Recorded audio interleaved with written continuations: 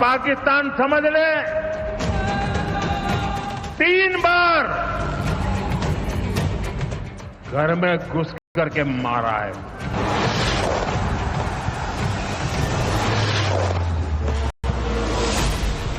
हम शक्ति को पूजने वाले लोग,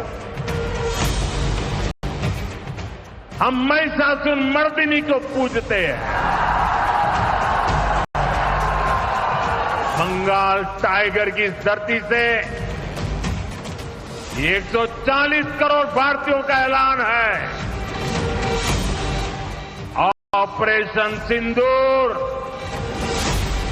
अभी खत्म नहीं हुआ है।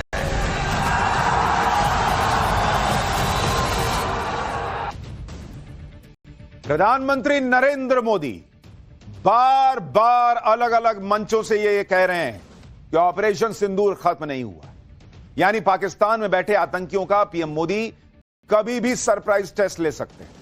लेकिन ऑपरेशन सिंदूर से ये आतंकी इतना ज्यादा काम गए कि गायब हो गए।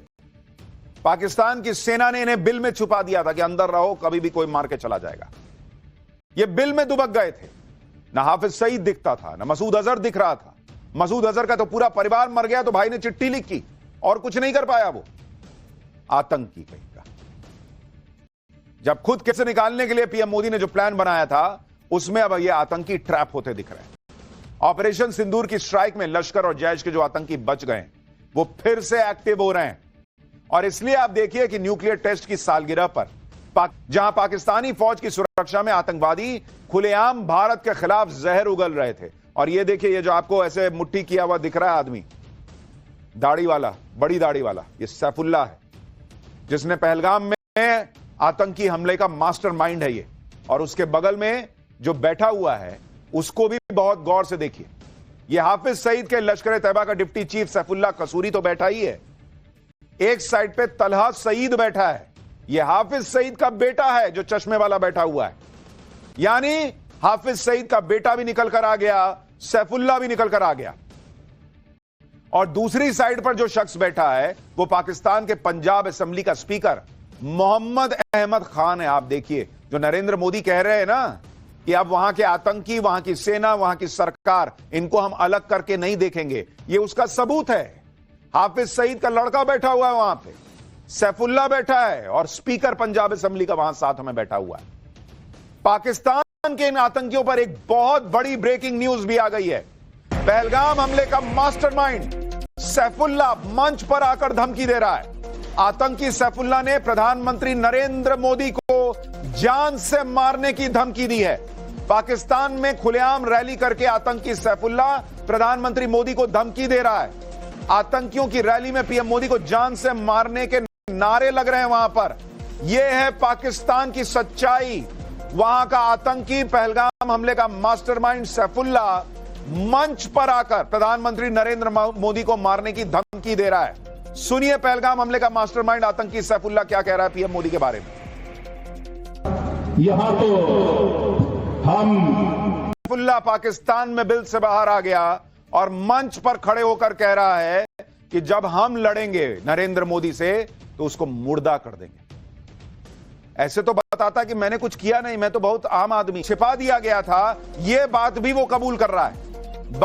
भारत के डर से भाई के जनाजे तक में नहीं आया था आतंकी सैफुल्लाह, यह खुद बता रहा है। ऑपरेशन सिंदूर में आतंकियों को भारी नुकसान की बात भी कबूल रहा है। आप सुनिए आतंकी सैफुल्लाह कैसे बता रहा है कि उसको छुपा दिया गया था कि बाहर मत आना, कोई मार ना दे तुमको। और कह रहा है कि मोदी ने इतना मारा, भारत ने इतना मारा, ऐसे ऐसे आतंकियों को मारा कि मैं रो रहा था बैठ के। सुनिए सैफुल्लाह का यह बयान।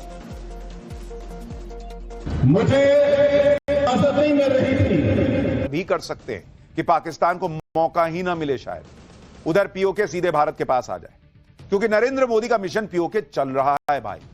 आज रक्षा मंत्री राजनाथ सिंह ने भी कह दिया कि आज नहीं तो कल पीओके हमारा होगा। सुनिए रक्षा मंत्री को भी। साथियों, मैं मानता हूं कि आज पाक ऑक्युपाइड कश्मीर के लोग हमारे अपने हैं। आप मानते हैं ना? पाक ऑक्युपाइड कश्मीर के लोग वो हमारे अपने हैं, हमारे परिवार के हिस्सा हैं। हम प्रधानमंत्री के श्री नरेंद्र मोदी जी की एक भारत श्रेष्ठ भारत के संकल्प के लिए पूरी तरह से प्रतिबद्ध हैं और हमें यह पूर्ण विश्वास है कि हमारे वो भाई जो आज हमसे भौगोलिक और राजनीतिक रूप से अलग हैं, वो भी अपने स्वाभिमान, आत्मा की आवाज और स्वेच्छा से भारत की मुख्य धारा में कभी न कभी जरूर वापस लौटेंगे। और हमें विश्वास है कि प्रेम, एकता और सत्य के मार्ग पर चलकर वह दिन दूर नहीं जब हमारा ही अंग पीओके स्वयं लौटकर कहेगा, मैं भारत हूं, भारत ही हूं, मैं वापस आऊंगा। और वापस आया हूं।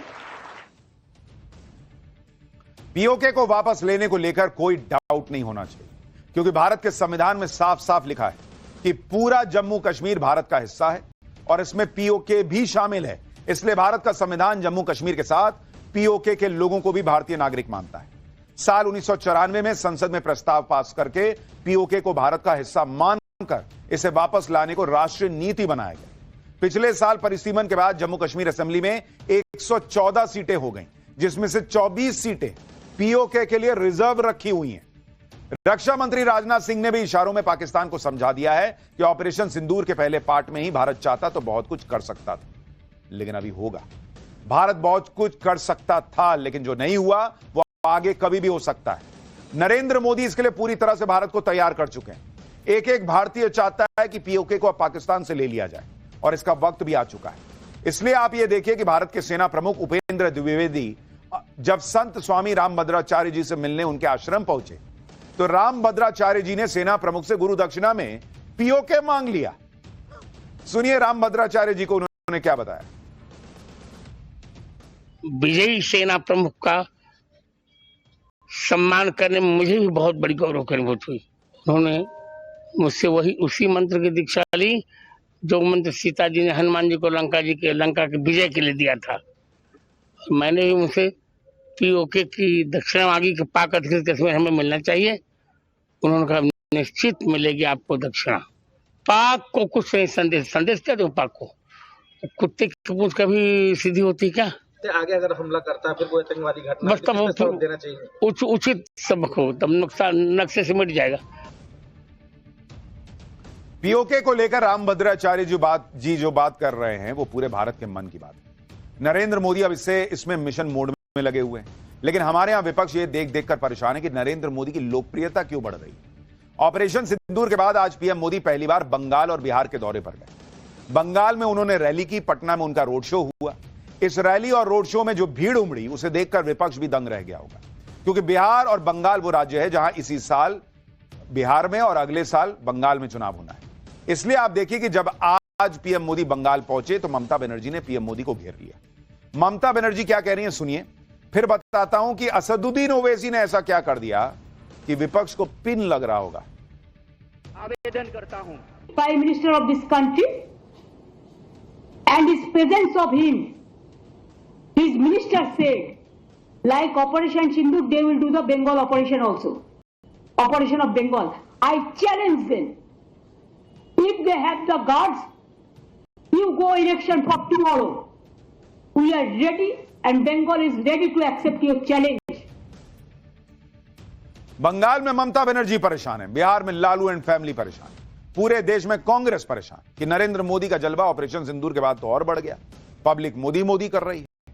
विपक्ष इसलिए भी परेशान है क्योंकि ओवैसी जैसे नेता भी विपक्ष के घिसे पिटे नैरेटिव को धुआं धुआं कर रहे हैं। ओवैसी ने तो विपक्ष के खेमे में ही आग लगाई हुई है, क्योंकि इतने सालों से country. But Your Excellency, you know, you have more knowledge about worldly affairs, that there are 240 million proud Indian Muslims living in India. And not only that, we have our Islamic scholars are much better than any scholars in the world. They can speak the best of Arabic language. In fact, we have some famous Islamic scholars who have done great work in the Hanafi fiqh jurisprudence, and their judgments are accepted by the religious scholars of anywhere in the world. So this Pakistan's false propaganda that India is hurting us because we're a Muslim country, it is completely wrong.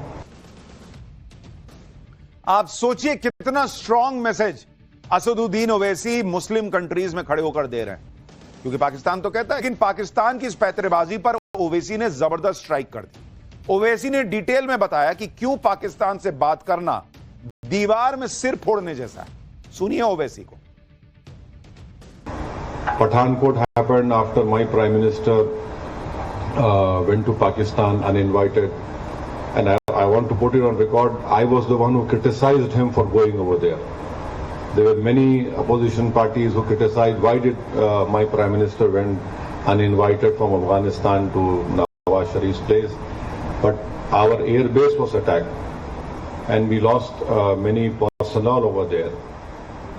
The Prime Minister said, Pakistan wants proof, you send your own team. Can you imagine any country inviting a neighboring country's spy agency to come to Pathankot? They were invited, they had seen, they were given all the records, but nothing moved, nothing happened.